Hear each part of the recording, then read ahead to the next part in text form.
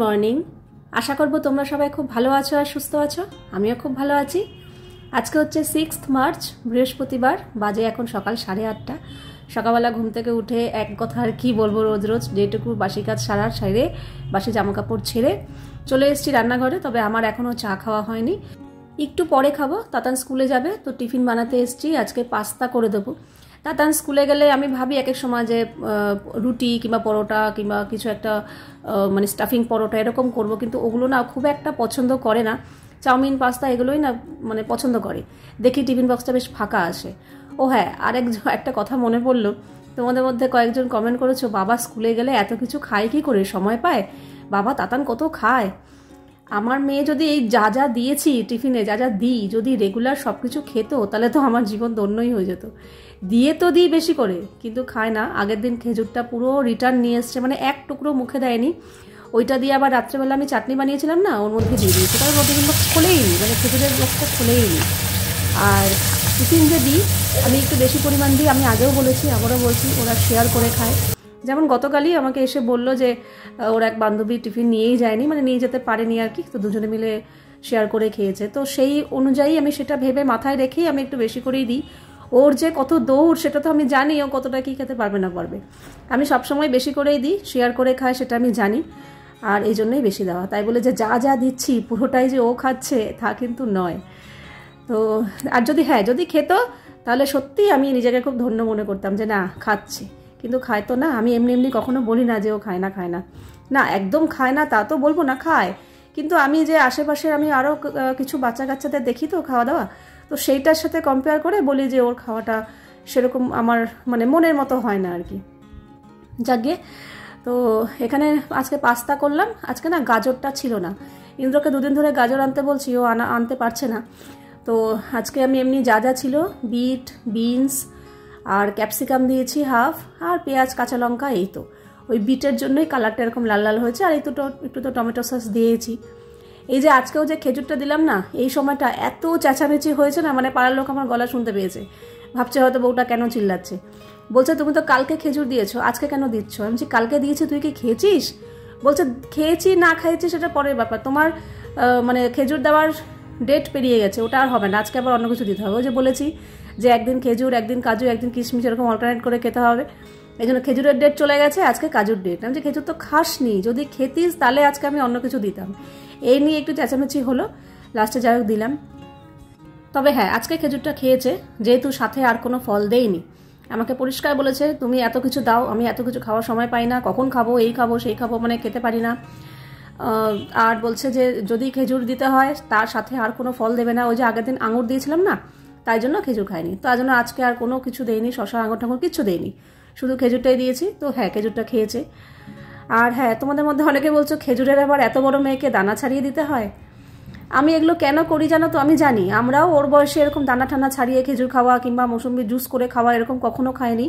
নিজে নিজেই দাঁতে কামড় দিয়ে খেয়েছি, কিন্তু ও তো খেতে চায় না। মানে আমি যদি দানা সহ দিয়ে দিই না, দেখবো অর্ধেক দিন রিটার্ন এসছে, কিংবা একটা খেয়েছে অধৈর্য হয়ে গেছে, তখন বলবে কি দূর দানা ছাড়িয়ে দিলে খেতাম, নালে এই জন্য খাইনি। এই জন্যই দানা ছাড়িয়ে দিই। ও যে বাচ্চা খেতে পারবে না সেটা কিন্তু নয়। আমি ওই বাচ্চা বুড়ো ধাড়ি ওইসব ভেবে দেখে আমি দানা ছাড়িয়ে দেই না। ভাবি কি যদি দুটো খায় তাই জন্যই। তার মধ্যে কি মাছ মাংস ডিম যখন খেত তবুও এতটা চিন্তা করতাম না যে ঠিক আছে সব কিছু খাচ্ছে, কিন্তু ওইটা ছেড়ে দেওয়ার পর আমার চিন্তাটা আরও বেড়ে গেছে। ভাবি কি এই পাশ থেকে সাইড দিয়ে যদি কিছু ওগুলোর অভাব পূরণ করতে পারি আর কি, তাই জন্যই এত কিছু চেষ্টা করা। তারপর লেবুর জুস করে কিংবা যাই করে মুখের সামনে দিয়ে আসি। কি বলো তো, বলো যে তোমরা ওকে এসে নিতে পারে না। সেরকম যদি খাওনি বাচ্চা কাচ্চা হতো না, আমার কি বলবো, আমার চোখের সামনে তো, যেমন ধরো আমার চোখে দেখা তোজোর কথা বলো কিংবা আমার ভাইয়ের যে মেয়েটা, এদেরকে তো আমি দেখেছি, প্লাস আরও ছেলে মেয়েদের, যেমন আমার জ্যাঠতো ভাইয়ের মেয়েটা, এদেরকে তো দেখি এরা খাবার দেখলেই দৌড়ে চলে আসে মার কাছে যে কি করছো, না খাক অন্তত দেখতে আসে, ইন্টারেস্ট দেখায়। আমার মেয়ের মধ্যে সেই খাবারের ইন্টারেস্ট কখনো দেখিনি, খাবারের হাতে দেখলেই ও দূরে পালায়। আর যে আমি যে করে ডাকবো যে এসে নিয়ে যা, ওইটা হয়তো ঘন্টা পর ঘন্টা পড়েই থাকবে ওরকম আঢাকা। 14 বার ডাকতে হবে কিরে আয় রে, ও কিছুতেই আসবে না। তো এই জন্য ভাবি কি দূর ওকে ডাকাডাকি করার থেকে তার থেকে গিয়ে দিয়ে আসি, দাঁড়িয়ে থেকে খাইয়ে নিয়ে আসি। আমি ওর হাতে কখনো দিয়ে চলেও আসি না। আমি যদি দিয়ে চলে আসি না, দেখবো ওটাও ও ফেলে রেখে দিয়েছে, এই জন্য খাইয়ে রেখে আসি। তো এইসব অশান্তিগুলো আমাকে ভোগ করতে হয়, যে করে, যাদের বাচ্চারা খায় না সেই সব মায়েরা আমার সাথে রিলেট করতে পারবে, বাকিরা বুঝতে পারবে না ব্যাপারটা। কারণ এরকম যে খায় না সেরকম বাচ্চাও আছে, যারা খায় যেসব বাচ্চারা, তাদের মায়েরা ঠিক বুঝতে পারবে না। তো যাই হোক, আর এদিকে দেখো রান্না বসিয়ে দিয়েছিলাম আর হয়ে গেল গ্যাস শেষ। আমি জানতাম আমার যেই হিসাবটা ছিল সেই হিসাবের মতো আজকালের মধ্যেই আমার গ্যাস শেষ হতে পারে, এরকম একটা আমার মেন্টালিটি ছিল। তো আজকেই শেষ হয়ে যাক, অসুবিধা হয়নি, কারণ আজকে আমার টাইমটা ঠিকঠাক আছে, দেরি হয়নি। তাই জন্য না সিলিন্ডারটা যখন বার করলামই ভাবলাম তাহলে সিলিন্ডারের জায়গাটা তো খুব একটা মোছাটোছা হয় না, ওই সিলিন্ডার আবার বার করবো আবার মুছবো এই আলস্য করে না করা হয় না। তো আজকে যখন সিলিন্ডারটা বার করেছি তো আর হাতে একটু সময়ও আছে, তো ভাবলাম এই ভেতরটা পরিষ্কার করি।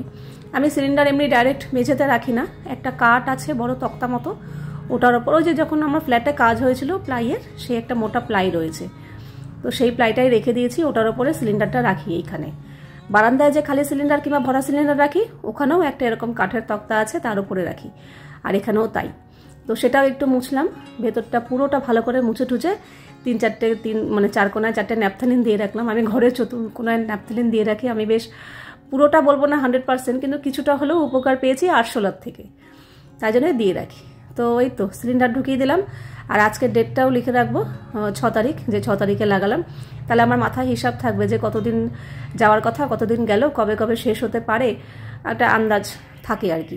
মোটামুটি আমার যেটা হিসাবে আমি এতদিন ধরে ইউজ করছি, আমার একটা গ্যাস সিলিন্ডার ওই 2 মাসের থেকে 1 সপ্তাহর মতো কম যায়, মানে 1 সপ্তাহ কম 2 মাস যায়, এটা আমার মাথায় আছে, ঠিক সেই অনুযায়ীই গেছে।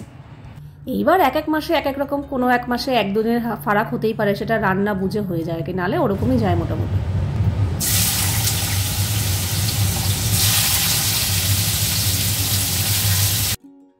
আজকে না পটলের খোসা বাটবো। এর আগের দিন যখন পটল কেটেছিলাম, খোসাগুলো একটু মোটা মোটা করে কেটেছিলাম, প্লাস 3টে পটল না গোটা রেখেও দিয়েছিলাম।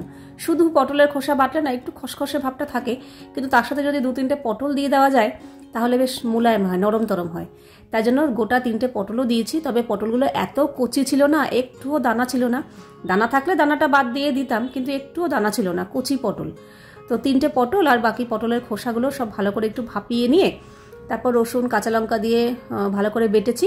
বেটে তারপরে তো দেখলেই তো সরষের তেলের মধ্যে কালো জিরে শুকনো লঙ্কা ফোড়ন দিয়ে ওই বাটাটা দিয়ে দিলাম, সামান্য একটু নুন হলুদ দিয়ে দিলাম, ব্যাস। এবার গ্যাসটা কমিয়ে কমিয়ে নাড়াচাড়া করতে থাকবো, আর সাইডে এইসব অন্যান্য কাজগুলো সারবো। তার মাঝখানে একটুখানি বেলের শরবত খেয়ে পেটটাকে ঠান্ডা করলাম। আর এদিকে মিক্সিটা রেখেছি কেন, মিক্সির কাজ এখনও রয়েছে, কারণ রান্না করতে গেলে এখনও ডিমের ঝোল করব, তো তার জন্য মশলাটা বাটতে লাগবে, তার জন্য মিক্সিটা আর তুললাম না, বারবার তুলবো নামাবো। তো এদিকে ডিমের ঝোলের সব রেডি ফেডি করতে করতে, মানে ডিম ছুললাম, তারপরে আদা রসুন পেঁয়াজ বাটলাম, আলু কাটলাম, এগুলো করতে করতে আমার কচুটা না এদিকে হয়ে গেছে। গ্যাসটা কমানোই ছিল, মাঝে মাঝে নাড়িয়ে চাড়িয়ে দিয়েছি। আর ওদিকে উচ্ছে কুমড়ো ভাজা হয়ে গেছে, আর এদিকে ডিমের ঝোল করব। 2টো সেদ্ধ ডিম দেবো, 2টো অমলেট দেবো। আমাদের ইন্দ্র কিন্তু যখনই ডিম খায় 2টো খায়। তোমাদের মধ্যে অনেকেই কনফিউশনে পড়ে যাও, তাতান খায় না, তাহলে এতগুলো ডিম কিসের জন্য করো।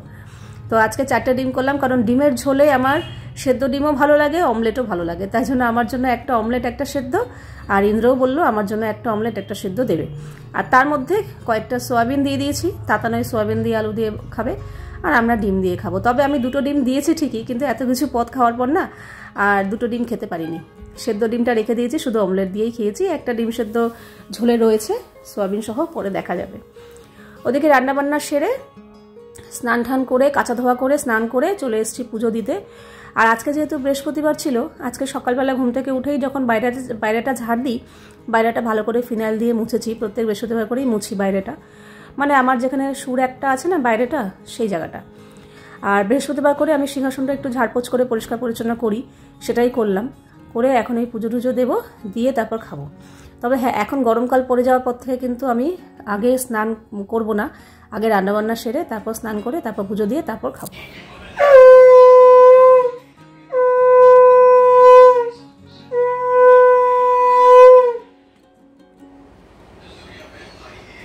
এদিকে কিন্তু রান্নাঘর পুরো পরিষ্কার করেই গেছিলাম, আর এদিকে খাবার সব টেবিলে রেখে গেছিলাম।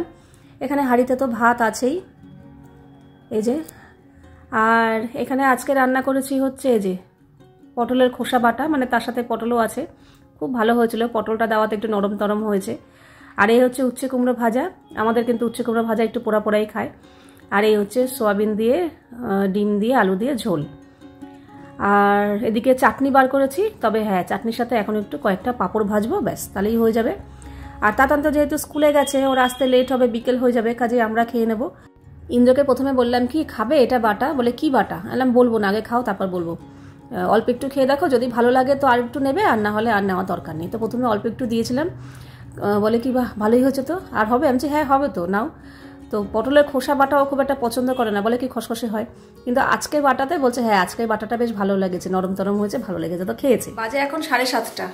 তাতান তো স্কুলে গেছিলো, স্কুল থেকে এসে আবার নাচের ক্লাসে গেছে। তো আমাদের মধ্যে কয়েকদিন ধরেই বেশ যুদ্ধ চলছে ওর নাকেরটা খোলা নিয়ে। আমরাও চেষ্টা করেছি, ও নিজে নিজে চেষ্টা করেছে টান দেওয়ার, কিন্তু কিছুতেই খুলছে না। তারপরে ও ভিডিও দেখলো, বলছে না এটা এইভাবে খোলে না, এটা পার্লারে দিয়েই ওরা নাকি সুতোর কায়দা দিয়ে খোলে, ওপরে একটা সুতো, হ্যাঁ এটা কিভাবে খোলে আমি জানি না, তবে ও কয়েকটা ভিডিও দেখেছে ওইভাবেই খুলেছে। মানে ওপরের এটাতে সুতো পেঁচায়, নিচের গুজিটাতে সুতো পেঁচায়, দুটো সুতো ধরে টান দেয় দুদিকে আর খুলে আসে, মানে হেভি টাইট। খোলার সময় দেখছি টাক করে একটা আওয়াজ হয়েছে, আমি তো পেয়েছি, তুই পেয়েছিলিস, তুই যে লাস্ট আমাকে ভিডিওটা দেখিয়েছিলিস মেয়েটার। তো হেভি টাইট, অনেক চেষ্টা করেছে, চেষ্টা করতে গিয়ে নাক ঠাক ব্যথা হয়ে গেছে, লাল হয়ে গেছে, কেঁদে দিয়েছে। হ্যাঁ আমার মাথাও ধরে গেছে, নিজে নিজেই করেছে চেষ্টা, আমরা ধরিনি, কারণ নিজেরটা নিজে বুঝতে পারবে। তারপর দেখলাম না এটা নিজে থেকে হবে না, তো আমি পার্লারে ফোন করলাম যেখানে তুলেছি, বললো হ্যাঁ চলে আসুন খুলে দেবো। তো আমি আবার জিজ্ঞাসা করলাম চার্জ লাগবে নাকি, তার জন্য বলছে না না কিছু লাগবে না। যাক ঠিক আছে, তো যাচ্ছি। প্রায় 1.5 মাস হয়ে গেল, আজকে কি বার, বৃহস্পতিবার, গত বুধবার 1.5 মাস কমপ্লিট হয়ে গেছে। তো ওখান থেকে তো বলেই ছিল যে 1-1.5 মাস রাখতে, 1.5 মাস হয়ে গেছে। তো আমি যে নাকেরটাকে পরাবো সেটা সাথে করে নিয়ে যাচ্ছি, মনে হয় না ওরা পরাবে বলে, তবু যদি বলে যে নিয়ে এসছেন পরাবো তাহলে দেবো, নাহলে আমি একবারই বলবো না, বাড়িতে এসেই পরাবো। তো আপাতত পরাটাই হচ্ছে মেইন ব্যাপার, পেঁচানোটা তো কিচ্ছু সমস্যা হবে না, এটা খুলতে পারলেই পরিয়ে দেবো, কোনো সমস্যা নেই, আমি সুন্দর করে পরিয়ে দেবো, তোর একটুও লাগবে না। দেখি চলো এখন বেরোই, এই তো রেডি হয়ে গেছি, আর স্কুটি করেই যাবো, কেন এখান থেকে আর স্কুটি রাখার জায়গা আছে সুন্দর, কোনো সমস্যা হবে না, তবে হ্যাঁ হেলমেটটা নিতে হবে। চলো, তো আমরা কিন্তু চলে এসেছি এই যে হেডলাইন্সে ব্যারাকপুর, এটা আমাদের ব্যারাকপুর লালকুঠিতে আছে, যেখান থেকে ওর নোজ পিয়ার্সিংটা করিয়েছিলাম সেখানেই এসেছি, ওদের কাছেই এসেছি, তাহলে ওদের সুবিধা হবে খুলতে আর কি।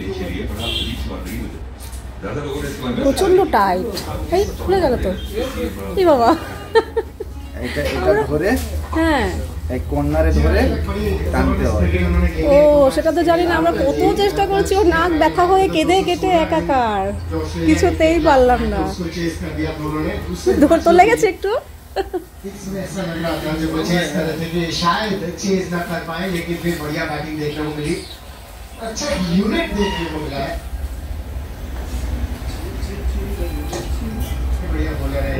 ওটা করে দিয়েছি আমি, কিরকম আমি ওটা চেপে হ্যাঁ অ্যাডজাস্ট করে নেন, ঠিক আছে, হ্যাঁ হ্যাঁ ঘুরিয়ে দেব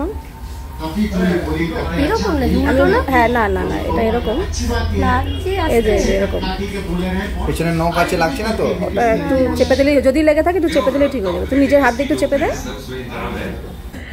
ভালো লাগছে।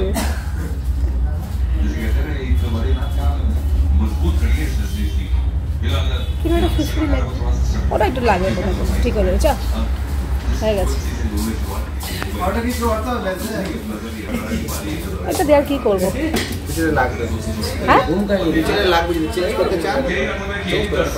মানে কিরকম চলছে, আচ্ছা আচ্ছা আচ্ছা।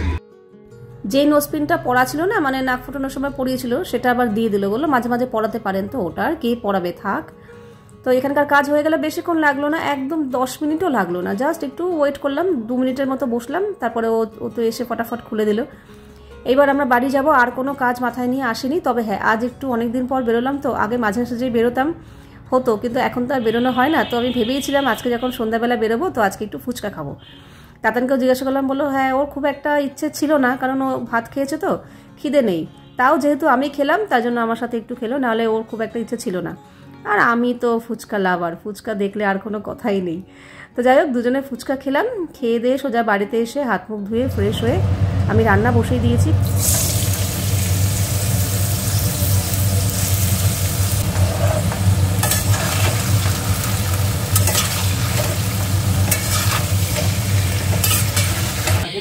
আমাকে বলবে না তুমি? এই তো এখনই তো বলতাম। আমি তো তোমাকে বলেছিলাম নিয়ে যাও, দেখেছিস তো? হ্যাঁ নিয়ে গেছি। এরকম দিবি না। আচ্ছা ব্যথা আছে তোরা? হ্যাঁ মামাটাকে কিভাবে ঘোরানো এরকম রাখবি।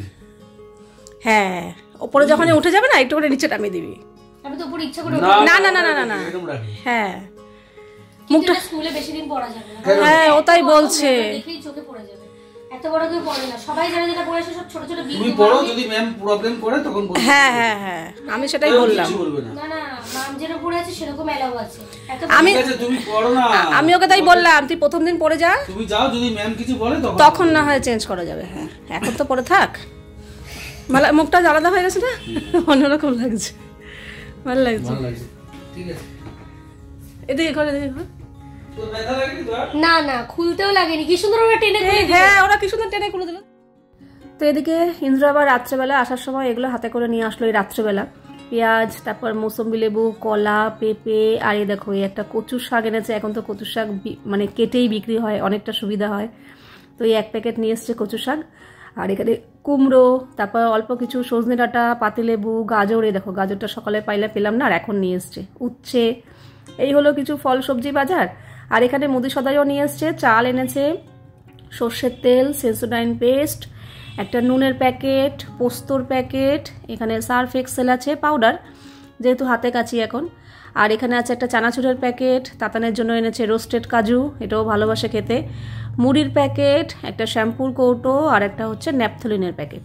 ব্যাস এই হচ্ছে আজকের এই বাজার। এখন এগুলোকে সব জায়গা মতো রেখে আজকে আবার ইন্দ্র বলেছে কি গোলা রুটি আর আলু ভাজা খাবে।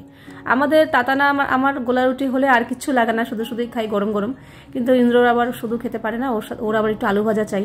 তো বেশি ভাজেনি, অল্প করে একটু আলু ভেজেছি আর এখন গোলা রুটি ভাজছি। ও বাবা, 3 জনের জন্য গোলা রুটি ভাজতে গিয়ে বিশ্বাস করো তখন মনে হচ্ছিল কি এই গোলা রুটি না ভেজে 3 জনের জন্য রুটি করলে আমার কখন ভেজে খাওয়া দাওয়া হয়ে গিয়ে ঘুমিয়ে পড়ি। এত সময় লাগে না গোলা রুটি ভাজতে, রেডি করতে বেশিক্ষণ লাগে না, মনে হয় কি আটা মাখবো এই করবো তাতে গোলা রুটি করি, কিন্তু ভাজতে না প্রচুর সময় লাগে, বিরক্ত লাগছিল লাস্টে। তো এই তো খাওয়া দাওয়া করবো। আর তাতানের যে নোজ পিনটা পরিয়েছি ওটা আমার আগের ছিল, ওইটাই পরিয়েছি। এখন আপাতত ওটাই পড়ুক, পরে দেখা যাবে কিছু একটা ওর জন্য আলাদা করে ব্যবস্থা করব। তো এখন কয়েক মাস ওটাই পড়ুক যেটা আছে আমার। তো এই তো চলো তাতানের জন্য লাস্টে একটু বাটার দিলাম। তো আজকের ভিডিওটা এখানেই শেষ করছি, আবার দেখা হবে নেক্সট ভিডিওতে। ততক্ষণের জন্য টাটা।